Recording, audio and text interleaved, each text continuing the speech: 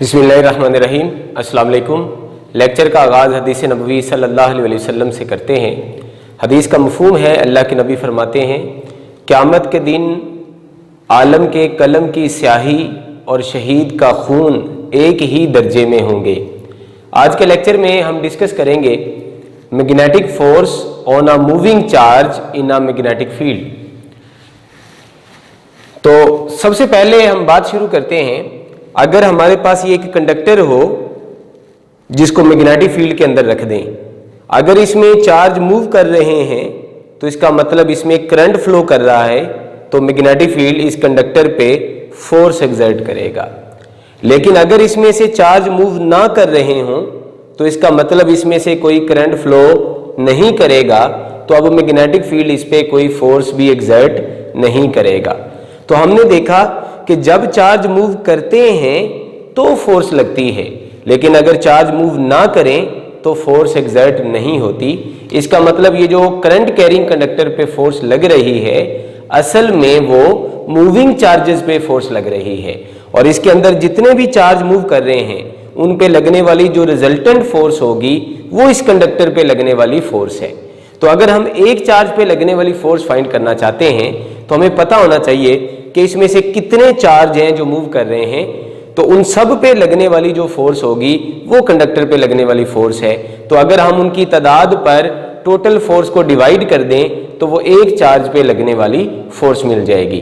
तो फर्ज करो ये हमारे पास एक कंडक्टर है जिसकी लेंथ L के बराबर है और उसका एरिया A के बराबर है, और उसमें से करंट फ्लो कर रहा है I, और इसमें ये कोई चार्ज है Q मूव कर रहा है विद वेलोसिटी V, और इसको हमने परपेंडिकुलर मैग्नेटिक फील्ड B के अंदर रख दिया है। अब इस कंडक्टर पे जो फोर्स एक्ट करेगी उसका फार्मूला हमने पढ़ा है, F = I L × B। अब हम इसकी मदद से एक चार्ज पे लगने वाली फोर्स को फाइंड करेंगे।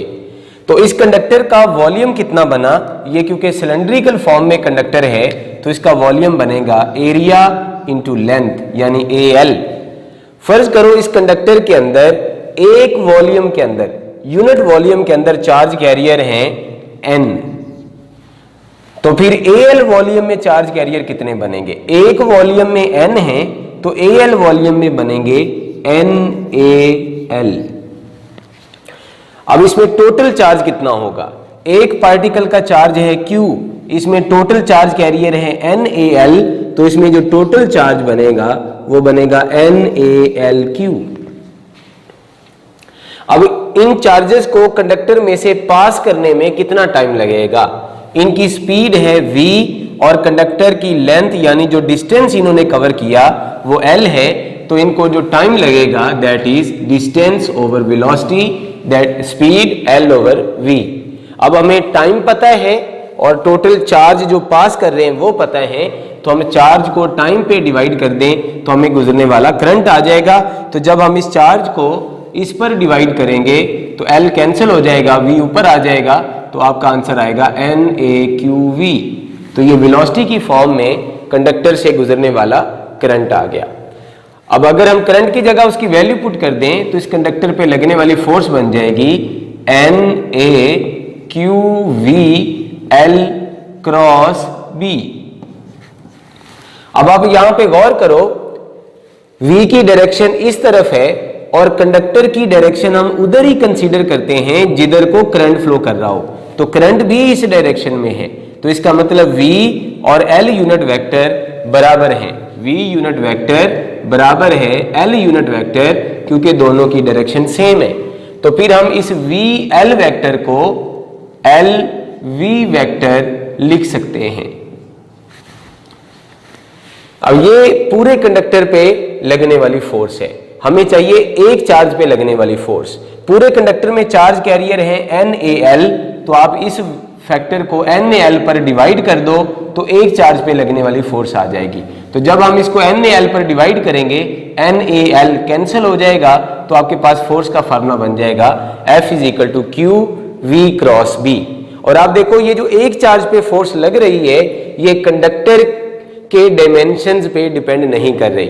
इसमें ना कंडक्टर का एरिया शामिल है, ना कंडक्टर की लेंथ शामिल है, ना कंडक्टर के नंबर ऑफ चार्ज कैरियर कितने हैं, इससे कोई कंसर्न है। एक चार्ज पे लगने वाली फोर्स कंडक्टर के डायमेंशंस से इंडिपेंडेंट है, यानी अगर चार्ज कंडक्टर में मूव करे या फ्री मूव करे इससे कोई फर्क नहीं पड़ेगा, मैग्नेटिक फील्ड दोनों केस में सेम फोर्स एक्सर्ट करेगा। आप देखो यहां पर वेलोसिटी और मैग्नेटिक फील्ड का क्रॉस प्रोडक्ट है। जब भी दो वेक्टर का क्रॉस प्रोडक्ट हम लेते हैं तो जो नया वेक्टर बनता है वो उन दोनों के परपेंडिकुलर होता है। इसका मतलब ये जो फोर्स है ये इस वेलोसिटी के भी परपेंडिकुलर होगी और ये जो फोर्स है ये मैग्नेटिक फील्ड के भी परपेंडिकुलर होगी। यानी जब कोई चार्ज मैग्नेटिक फील्ड में से मूव करेगा तो जो उस पर फोर्स एक्सर्ट करेगी वो उसकी वेलोसिटी और मैग्नेटिक फील्ड दोनों के परपेंडिकुलर होगी, या जिस प्लेन में V और B मौजूद होंगे ये फोर्स उस प्लेन के ऊपर नॉर्मल या परपेंडिकुलर होगी। अब अगर हम इस फोर्स के मैग्नीट्यूड की बात करें तो क्रॉस प्रोडक्ट को खत्म करेंगे तो हम साइन थीटा लगा देंगे तो इसका मैग्नीट्यूड बनेगा QVB साइन ऑफ थीटा। अब यहां पर देखो ये जो फोर्स है ये चार चीजों पे डिपेंड कर रही है, चार्ज पे, वेलोसिटी पे, मैग्नेटिक फील्ड पे और एंगल। ये जो एंगल है ये है between V velocity of the charge and magnetic field. V और B के दरमियान में एंगल है। यहां से हम नतीजा अखज़ करेंगे कि जो फोर्स है वो चार्ज के डायरेक्टली प्रोपोर्शनल है। चार्ज जितना ज्यादा होगा फोर्स उतनी ज्यादा लगेगी और चार्ज जितना कम होगा फोर्स उतनी कम लगेगी। फर्ज करो सेम मैग्नेटिक फील्ड के अंदर परपेंडिकुलर डायरेक्शन में इलेक्ट्रॉन, प्रोटॉन और अल्फा पार्टिकल तीनों मूव करते हैं, तो क्वेश्चन है किस पर ज्यादा फोर्स एक्सर्ट होगी। तो अब आप देखो इलेक्ट्रॉन और प्रोटॉन का चार्ज तो बराबर है लेकिन अल्फा का चार्ज इनसे डबल है, तो अल्फा का चार्ज ज्यादा है तो उस पर फोर्स भी ज्यादा एक्सर्ट होगी और ये फोर्स डायरेक्टली प्रोपोर्शनल है स्पीड ऑफ द चार्ज। अगर चार्ज मैग्नेटिक फील्ड में रेस्ट में पड़ा हो तो वेलोसिटी 0 है तो अब मैग्नेटिक फील्ड उस पर कोई फोर्स एक्सर्ट नहीं करेगा, लेकिन अगर चार्ज मैग्नेटिक फील्ड में मूव कर रहा है अब मैग्नेटिक फील्ड उस पर फोर्स एक्सर्ट करेगा। अगर वो उसमें से स्लो मूव कर रहा है तो अब इस पर फोर्स कम एक्ट करेगी, अगर वो इसमें से फास्ट मूव कर रहा है तो इसमें फोर्स ज्यादा एक्ट करेगी। तो जितनी स्पीड ज्यादा होगी चार्ज की उतनी फोर्स भी ज्यादा लगेगी और जितनी स्पीड कम होगी उतनी फोर्स भी कम लगेगी। और ये जो फोर्स है ये एक्सटर्नल मैग्नेटिक फील्ड के भी डायरेक्टली प्रोपोर्शनल है। अगर ये एक्सटर्नल फील्ड ज्यादा स्ट्रांग हो जाए तो चार्ज पे लगने वाली फोर्स भी ज्यादा हो जाएगी और अगर ये वीक हो जाए तो चार्ज पे लगने वाली फोर्स भी कम हो जाएगी। और ये जो फोर्स है ये साइन ऑफ थीटा के भी डायरेक्टली प्रोपोर्शनल है, साइन ऑफ थीटा के डायरेक्टली प्रोपोर्शनल है। साइन की वैल्यू 90 पे मैक्सिमम होती है, यानी फर्ज करो ये मैग्नेटिक फील्ड है और जो चार्ज है वो इसके परपेंडिकुलर में मूव कर रहा है, इस तरफ या इसके परपेंडिकुलर में इस तरफ मूव कर रहा है, तो इन दोनों केस में थीटा 90 है तो लगने वाली फोर्स मैक्सिमम होगी। फर्ज करो ये मैग्नेटिक फील्ड है और चार्ज इसके पैरेलल में मूव कर रहा है या एंटी पैरेलल में मूव कर रहा है तो थीटा बन जाएगा 0 या 180, तो उन वैल्यूज पे साइन 0 हो जाएगा, तो इसका मतलब इस पे कोई फोर्स एक्सर्ट नहीं करेगी। अगर चार्ज फील्ड के परपेंडिकुलर मूव कर रहा है फोर्स मैक्सिमम, पैरेलल मूव कर रहे हैं फोर्स 0, एंटी पैरेलल मूव कर रहे हैं अब भी फोर्स 0 होगी। तो ये जो फोर्स है ये साइन ऑफ थीटा के भी डायरेक्टली प्रोपोर्शनल है। जितना एंगल ज्यादा होगा फोर्स उतनी ज्यादा होगी। फर्ज करो आपको क्वेश्चन दिया जाता है किस एंगल पे force on the moving charge maximum होगी, 20, 40, 60, 80। तो यहां पर आप देखो सबसे ज्यादा एंगल है 80, तो वहां पे साइन की वैल्यू सबसे ज्यादा होगी तो फोर्स भी सबसे ज्यादा हो जाएगी। 30 डिग्री पे फोर्स मैक्सिमम फोर्स का हाफ हो जाएगी यानी 50%। 45 डिग्री पे फोर्स 1/√2 टाइम हो जाएगी यानी 70%। और 60 डिग्री पे फोर्स √3/2 हो जाएगी यानी तकरीबन 86%। अब फोर्स की डायरेक्शन हम कैसे फाइंड करेंगे? अगर तो पॉजिटिव चार्ज मूव कर रहा है तो उस पर लगने वाली फोर्स हम राइट हैंड पाम रूल की मदद से फाइंड करेंगे। इसमें बिल्कुल हम वैसी फोर्स फाइंड करेंगे जैसे हम करंट कैरिंग कंडक्टर के ऊपर लगने वाली फोर्स को फाइंड करते थे। अब आपने जो फिंगर्स हैं वो कर देनी है मैग्नेटिक फील्ड की तरफ। सबसे पहले आप थप्पड़ बनाएंगे और जो फिंगर्स होंगी उनकी डायरेक्शन होनी चाहिए मैग्नेटिक फील्ड की तरफ। जैसे यहां पर मैग्नेटिक फील्ड अपवर्ड है तो हम मैग्नेटिक फिंगर्स मैग्नेटिक फील्ड की तरफ अपवर्ड कर देंगे। जो थंब है वो होना चाहिए वेलोसिटी की तरफ। जब कंडक्टर पे लगने वाली फोर्स फाइंड कर रहे थे तब हमने कहा था कि जो थंब है वो करंट की तरफ होना चाहिए, लेकिन चार्ज पे लगने वाली फोर्स फाइंड करनी हो तो जो थंब है वो वेलोसिटी की तरफ होना चाहिए। तो ये जो पाम होगी ये आपको फोर्स की डायरेक्शन बताएगी। जैसे इस केस में मैग्नेटिक फील्ड ऊपर है तो हम फिंगर ऊपर कर देंगे, वेलोसिटी इस डायरेक्शन में है तो हम थंब को इधर कर देंगे, तो पाम इधर को आ रही है आउट ऑफ द पेपर, तो इस पे जो लगने वाली फोर्स होगी वो भी आउट ऑफ द पेपर हो जाएगी। तो इस तरह आप किसी भी पॉजिटिव चार्ज पे लगने वाली फोर्स को फाइंड कर सकते हैं। अगर आपने किसी नेगेटिव चार्ज पे लगने वाली फोर्स फाइंड करनी है तो इसके दो तरीके हैं। एक तरीका तो ये है कि पहले आप उसको पॉजिटिव कंसीडर करके लगने वाली force right hand palm rule से फाइंड कर लें और जो आंसर आए उसके ऑपोजिट में सही आंसर बनेगा। आप उसको ऑपोजिट में बताएं। जैसे अगर ये नेगेटिव चार्ज होता तो पॉजिटिव चार्ज के मुताबिक फोर्स बन रही है आउटवर्ड, तो फिर नेगेटिव चार्ज पे लगने वाली फोर्स होगी inward into the plane of the paper. और दूसरा तरीका यह है कि अगर आपको नेगेटिव चार्ज पे लगने वाली फोर्स फाइंड करनी हो तो आप राइट हैंड पाम रूल की बजाय लेफ्ट हैंड पाम रूल का इस्तेमाल कर लें। तो इस तरह आप नेगेटिव चार्ज पे लगने वाली फोर्स को फाइंड कर सकते हैं। जैसे मिसाल के तौर पे यहां पर एक इलेक्ट्रॉन मूव कर रहा है, लेकिन ये इलेक्ट्रॉन क्योंकि मैग्नेटिक फील्ड की एंटी पैरेलल में मूव कर रहा है तो इस पे लगने वाली फोर्स 0 होगी। अब फर्ज करो एक इलेक्ट्रॉन ये मूव कर रहा है इस डायरेक्शन में, तो अब आप देखो ये नेगेटिव चार्ज वाला पार्टिकल है तो इस पे हम राइट हैंड की बजाय लेफ्ट हैंड पाम रूल को इस्तेमाल कर लेंगे।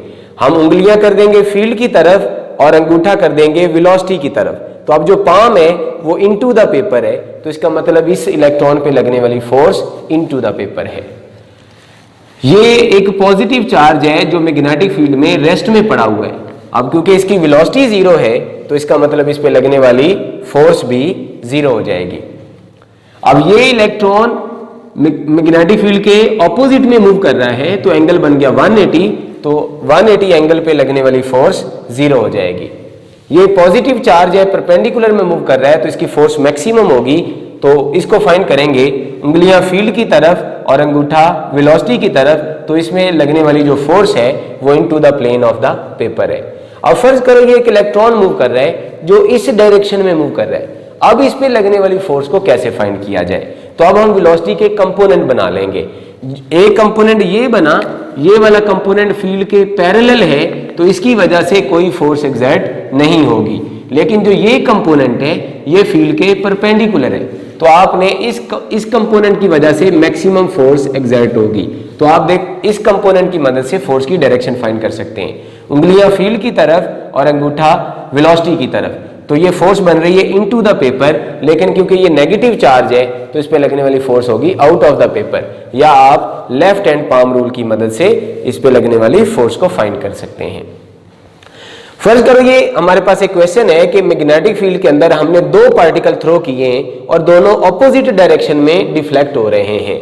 तो आपने बताना है किस पार्टिकल पे पॉजिटिव चार्ज है और किस पार्टिकल पे नेगेटिव चार्ज है। तो जिस पे force right hand palm rule के मुताबिक लग रही है उस पे पॉजिटिव चार्ज होगा और जिस पे लेफ्ट हैंड पाम रूल के मुताबिक लग रही है उस पे नेगेटिव चार्ज होगा। तो सबसे पहले हम उंगलियां करेंगे फील्ड की तरफ into the plane of the paper और अंगूठा करेंगे वेलोसिटी की तरफ। तो राइट हैंड के मुताबिक फोर्स लगेगी ऊपर की तरफ, पॉजिटिव चार्ज फिर ऊपर वाला होगा, ये वाला चार्ज फिर पॉजिटिव होगा। तो लेफ्ट हैंड पाम रूल के मुताबिक अब हम देखते हैं कि क्या दूसरे पे फोर्स लग रही है। उंगलियां करेंगे फील्ड की तरफ और अंगूठा करेंगे वेलोसिटी की तरफ, तो पाम आ रही है डाउनवर्ड, इस वजह से ये डाउनवर्ड डिफ्लेक्ट हो गया, तो इसका मतलब ये नेगेटिव चार्ज वाला पार्टिकल है। अब ये दोनों बराबर डिफ्लेक्ट हो रहे हैं, इसका मतलब दोनों का मास भी बराबर है। तो इसका मतलब अगर एक पार्टिकल इलेक्ट्रॉन है तो फिर दूसरा पार्टिकल पॉजिट्रॉन होगा। अब अगर हमने प्रोटॉन पे लगने वाली फोर्स को फाइंड करना है तो आपको पता है कि प्रोटॉन का जो चार्ज होता है वो बराबर होता है प्लस ई के, तो ये वाली फोर्स बन जाएगी plus E into V cross B. और अगर हमने इलेक्ट्रॉन पे लगने वाली फोर्स को फाइंड करना है तो इलेक्ट्रॉन का चार्ज होता है माइनस ई, तो इसका फॉर्मूला बन जाएगा इलेक्ट्रॉन पे लगने वाली force is equal to minus E into V cross B. अगर दोनों की वेलोसिटी सेम है और वो सेम मैग्नेटिक फील्ड में मूव कर रहे हैं तो दोनों पे लगने वाली फोर्स का मैग्नीट्यूड सेम होगा, लेकिन डायरेक्शन एक दूसरे के ऑपोजिट में होगी। अब फोर्स मैक्सिमम कब होगी? हमने बात की अगर V और B परपेंडिकुलर होंगे तो एंगल 90 हो जाएगा और साइन 90 पे 1 हो जाएगा मैक्सिमम, तो लगने वाली फोर्स भी मैक्सिमम होगी। तो मैक्सिमम लगने वाली जो फोर्स है वो बराबर आएगी F maximum is equal to QVB। तो किसी भी चार्ज पे जो लगने वाली मैक्सिमम फोर्स है वो बराबर होगी QVB। तो अगर चार्ज डबल हो जाए तो लगने वाली मैक्सिमम फोर्स भी डबल हो जाएगी। अगर चार्ज और वेलोसिटी दोनों डबल हो जाए तो मैग्नेटिक फोर्स 4 टाइम हो जाएगी। अगर चार्ज, वेलोसिटी और मैग्नेटिक फील्ड तीनों डबल हो जाए तो चार्ज के डबल होने से फोर्स डबल हो जाएगी, वेलोसिटी डबल होने से भी डबल हो जाएगी और मैग्नेटिक फील्ड डबल होने से भी डबल हो जाएगी। तो ये टोटल 8 टाइम्स हो जाएगी। तो इस तरह के क्वेश्चंस को आप सॉल्व कर सकते हैं। Thank you so much. अल्लाह हाफिज़।